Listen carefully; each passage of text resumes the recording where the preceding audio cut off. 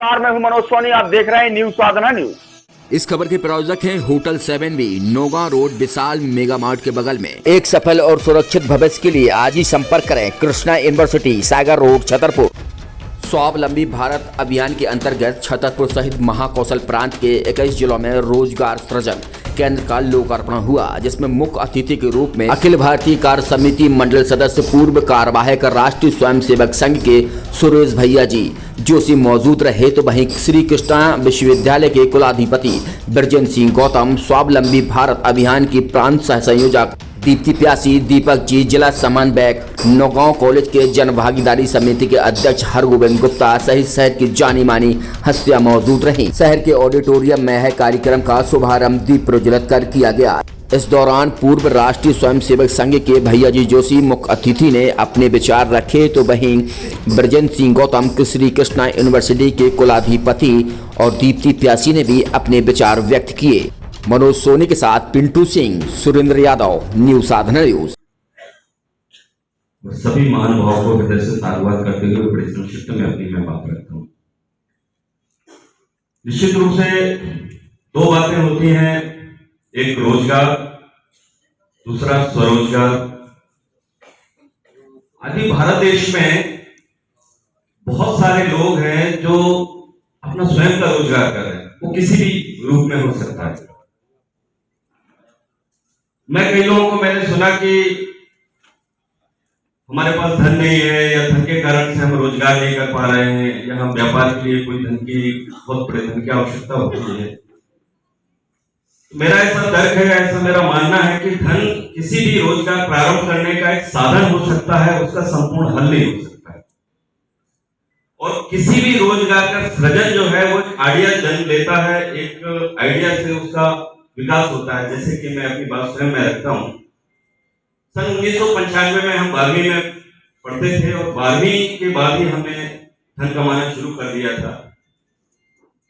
First year, second year, third year, तो सभी लोग मुझे जानते हैं कि मैं पहले होम ट्यूशन मैंने पढ़ाया, फिर मैंने ट्यूशन पढ़ाया, फिर मैंने कोचिंग पढ़ाई, फिर बड़ी कोचिंग, फिर कॉलेज। उससे पहले की थोड़ी सी और बात है जो लोग नहीं जानते हैं, आज उस मंच से मैं थोड़ा सा वो भी मैं बता दे रहा हूँ। और उसको मैंने किस तरीके से प्रयोग में लाया, उसको एक रोजगार के रूप में कैसे आयाम दिया। पहले एक एसटीडी हुआ करती थी, लोगों के पास बाहर यदि फोन करना है तो फोन करने की व्यवस्था नहीं होती थी, तो हमने एक एसटीडी खोली और उसमें टेबल एक हुआ करती थी। एसटीडी में लोग बाग आते थे, उससे फोन करते थे, उसका बिल देते थे। बहुत समय तक हम खाली रहते थे, तो हमने सोचा इस खाली समय का क्या उपयोग करें। तो जो पढ़ने वाले बच्चे थे, मैंने कहा मैं आपको यहीं पे क्लास दूंगा। और हम एसटीडी के साथ साथ इसमें हमने दो कार्य किए। एसटीडी तो हमारी कार्य कर ही रही है, उससे तो धन आ ही रहा है, और साथ में जो खाली समय था मतलब उसी के कार्य करते हुए वहां पे हमने छात्रों को भी पढ़ाना शुरू कर दिया। तो एक ही समय पे हमें दो तरीके से धन की उपलब्धि होने लगी। ये आइडिया था दिमाग में। इस तरीके से हमने आगे कोचिंग की, बहुत सारे मैंने डॉक्टर्स बनाए शहर के। उस समय पे तो जितने डॉक्टर्स निकले ऑलमोस्ट हमारे काफी उसमें सहयोग रहा। बहुत सारे इंजीनियर्स हुए, फिर बड़ी कोचिंग, फिर हमने कॉलेज, मध्य प्रदेश के दूरस्थ अंचलों में भी कॉलेज डाला, धार, बड़वानी, नीमच, जहाँ प्राइवेट का एरिया है, मंदसौर, भोपाल। फिर चूंकि छतरपुर ने एक पहचान दी थी, तो ये मन में था कि किसी न किसी तरीके से छतरपुर में बहुत बड़ा शैक्षणिक संस्थान खोलना है, क्योंकि शिक्षा से समाज की दिशा और दशा दोनों बदली जा सकती है, ऐसा मेरी सोच है। तो यहाँ पे हमने 2018 में श्री कृष्णा विश्वविद्यालय की स्थापना की। प्रत्यक्ष और अप्रत्यक्ष रूप से बहुत सारे लोग यहाँ पे रोजगार उससे उनको प्राप्त हो रहा है। प्रत्यक्ष जो सीधे वहां पे नौकरी कर रहे हैं, चाहे वो प्राध्यापक हो, प्रोफेसर हो, वीसी हो, रजिस्ट्रार हो या क्लर्क हो, चपरासी हो, चतुर्वर्ग कर्मचारी हो, सफाई कर्मी है, गार्ड हैं, अन्य भी बहुत सारे हैं, माली हैं। बहुत सारा वहां पे कई प्रकार का काम रहता है। स्पोर्ट्स की गतिविधियां रहती हैं, स्पोर्ट्स का सामान खरीदा जाता है। छात्र रहते हैं, वो आते हैं, हॉस्टल में रुकते हैं, खाना खाएंगे, कपड़े लेने जाएंगे। तो जो कपड़े वाला काम कर रहा है उसको कपड़े का किसी न किसी तरीके से लाभ मिल रहा है।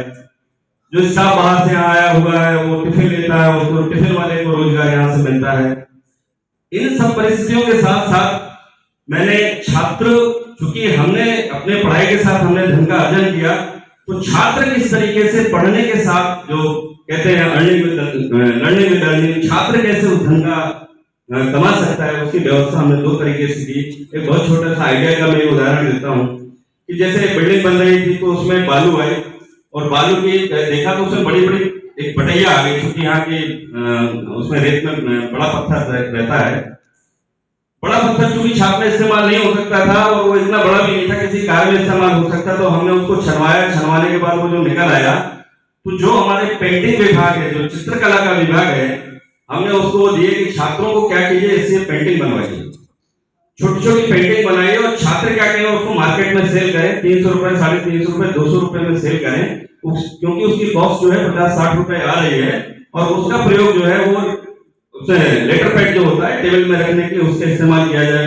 पहले सोचा है प्रयोग सफल होगा कि नहीं सफल होगा। पहले शुरुआत में छात्रों ने कम रुचि दिखाई, लेकिन जब वो धीरे धीरे हमने कहा इसमें कुछ भी बनाइए, मोर का चित्र बनाइए, जो मन में आए, मंदिर बनाइए, जो मन में आए वो बनाइए। धीरे धीरे वो प्रयोग बहुत सफल हो गया। आज वो उन पत्थरों से लड़के जाते हैं, ढूंढ करके उसको बनाते हैं और साथ में बेचते हैं, उससे धन का उपार्जन करते हैं।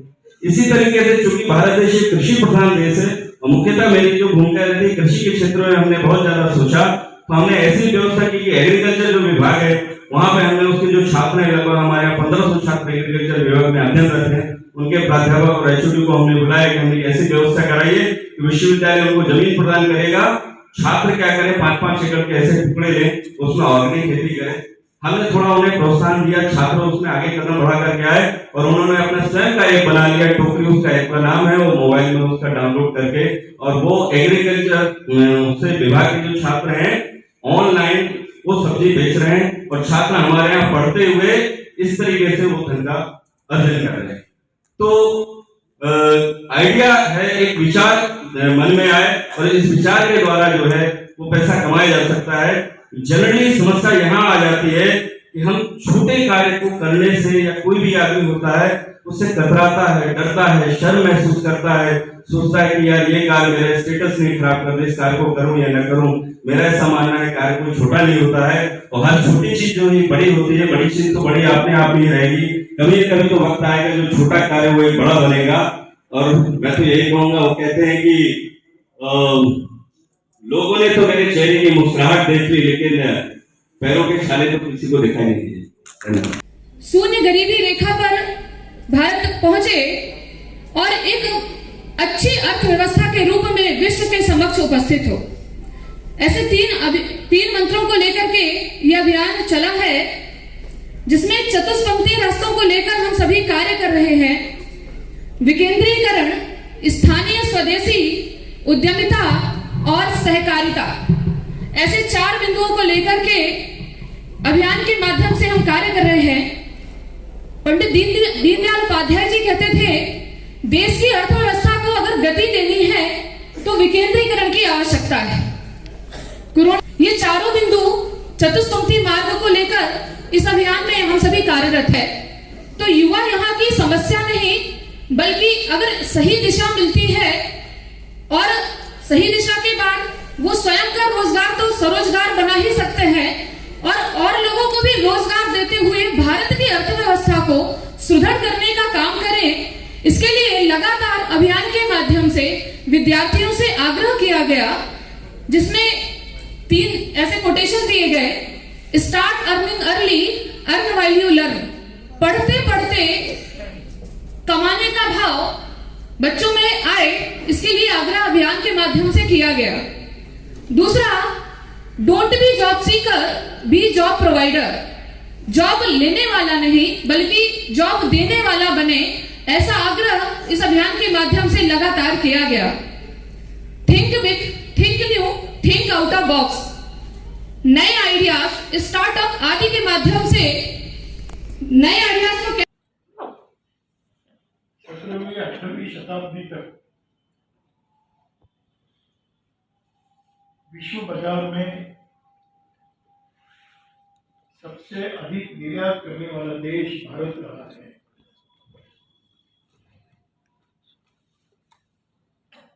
जब दुनिया में कई प्रकार के उद्योग नहीं थे, उस कालखंड में, उसके पूर्व से भारत में कई प्रकार के उद्योग चलते रहे। होगा, और भिन्न भिन्न प्रकार की जीवनावश्यक वस्तुओं के निर्मित का क्षेत्र होगा। तो भारत केवल कृषि प्रधान देश नहीं, तो उद्योग प्रधान देश भी रहा है।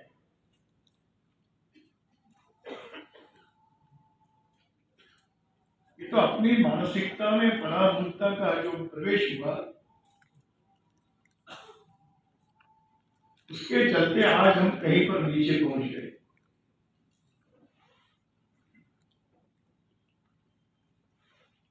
बहुत सोची समझी रणनीति के अंतर्गत भारत को छोटा करने का प्रयास हुआ है।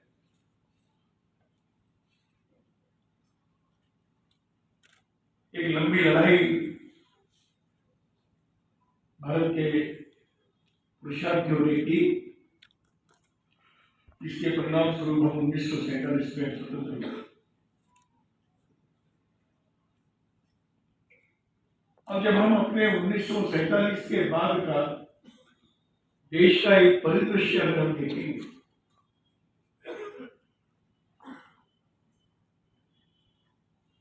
वास्तव में गुलामी की मानसिकता अभी समाप्त तो नहीं हुई, परंतु समाप्त होने की दिशा में तो हम गति से बढ़ रहे हैं। मैं इसलिए कह रहा हूं कि अभी भी हमको लगता है कि हम अभी पीछे हैं। हम पीछे हैं इस मानसिकता से।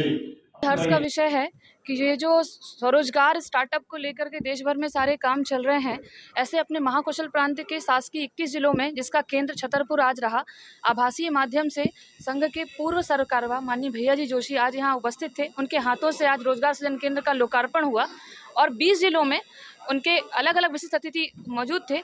ऐसे रोजगार सृजन केंद्र जहाँ पर युवाओं को रोजगार और स्टार्टअप को लेकर हेल्प मिलेगी। ये अभियान स्वावलंबी भारत अभियान ब्रिज का काम करेगा उनको प्रशासन शासन से जोड़ने के लिए। तो इस अभियान के माध्यम से हमारे छतरपुर की बात करें तो यहाँ भी उद्यमिता की क्रांति या छोटे छोटे कार्य, कोई कार्य छोटा बड़ा नहीं होता, उन कार्यों को लोग कर सके, युवा उसके लिए आगे आए, इसके लिए पूरा ये आज आयोजन था।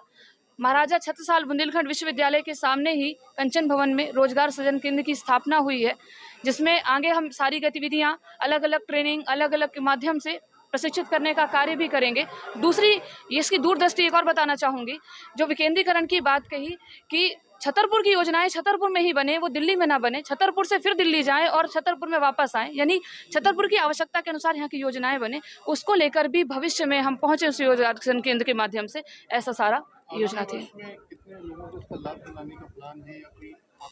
देखिए, आंकड़ा तो इतना है कि जो बेरोजगार हैं वो इसके लिए लाभान्वित हों, उस पूरे आंकड़े को हमको कवर करना है। तो इसलिए हम ये नहीं कह सकते कि आप कहें कि 500 400, ये तो कितना भी आंकड़ा हो सकता है। स्वरोजगार के लिए लोगों को पहले आइडियाज़ देने हैं, उन आइडियाज़ पे उनको काम करने के लिए उनका हेल्प करना है, ये सारा हमारा इसके माध्यम से होगा। कोई ऑनलाइन प्लेटफॉर्म इसका है? हाँ, बहुत अच्छी बात है। अखिल भारतीय स्तर पर mysba.co.in ऐसी वेबसाइट है जिस पे देश भर से रजिस्ट्रेशन हो रहे हैं और उन रजिस्ट्रेशन में युवा करके सारी चीज़ों की जानकारी, ये अपना केंद्र भी वहाँ पर अपडेट हो जाएगा। आज सारे केंद्र महाकौशल प्रांत के, वहाँ सारी जानकारी इसकी मिल सकती है हमको।